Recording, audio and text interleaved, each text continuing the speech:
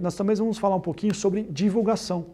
O que a norma do evento subsequente, ela pede para eu divulgar? Quais são os requisitos mínimos obrigatórios que eu tenho que divulgar? Eu não posso fugir disso.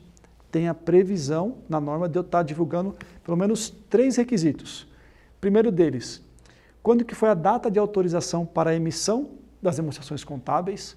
É muito comum quando a gente pega as demonstrações contábeis no mercado, e aí a gente pode olhar aí diversas empresas listadas em bolsa, né? Estou falando em bolsa porque é mais fácil a gente ter acesso às demonstrações contábeis. Mas existem diversas companhias que também publicam suas demonstrações que tem que ter. É norma, se não tiver está errado. Tem que dizer lá qual foi a data que a administração autorizou a divulgação dessas demonstrações contábeis. Então, não é que alguém achou bonito, achou legal incluir lá um texto dizendo quando que foi que a administração aceitou a divulgação disso para o mercado. Não é que ela tirou da cartola, ela teve uma ideia de fazer isso, não. É a obrigação em função do CPC 24 que obriga as companhias a fazerem isso. Uma outra questão, eu tenho que sempre divulgar a natureza do evento.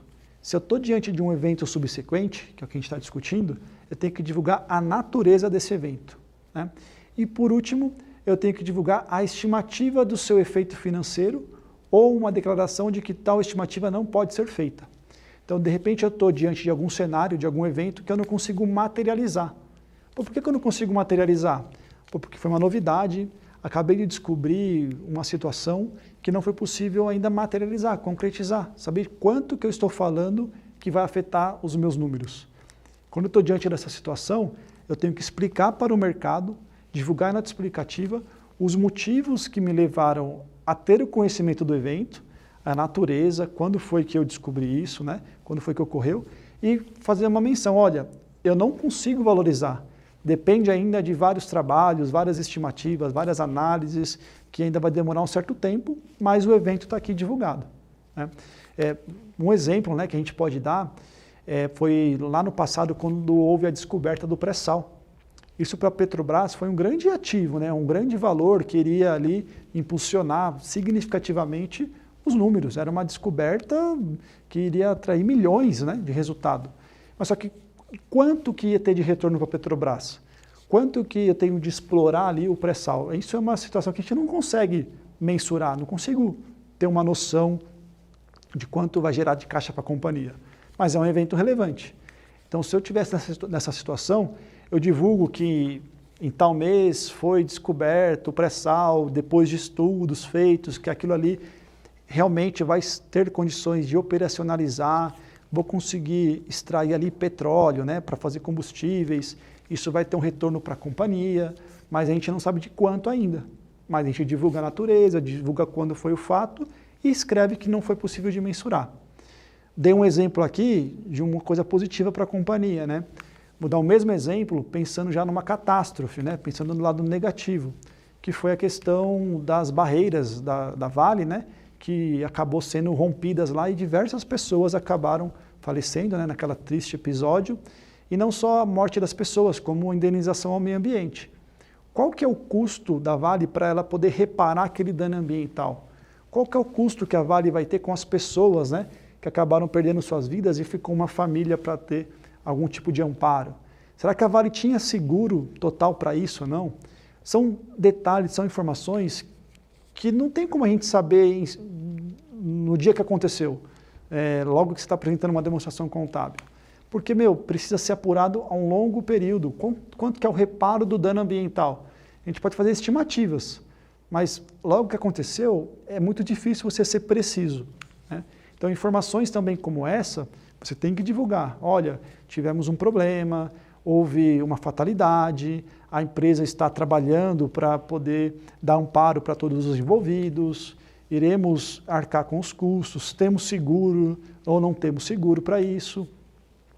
Mas tem que estar divulgado, tem que estar explicado, tem que estar sendo transparente para o mercado aquela situação que ocorreu. Você não pode omitir a informação.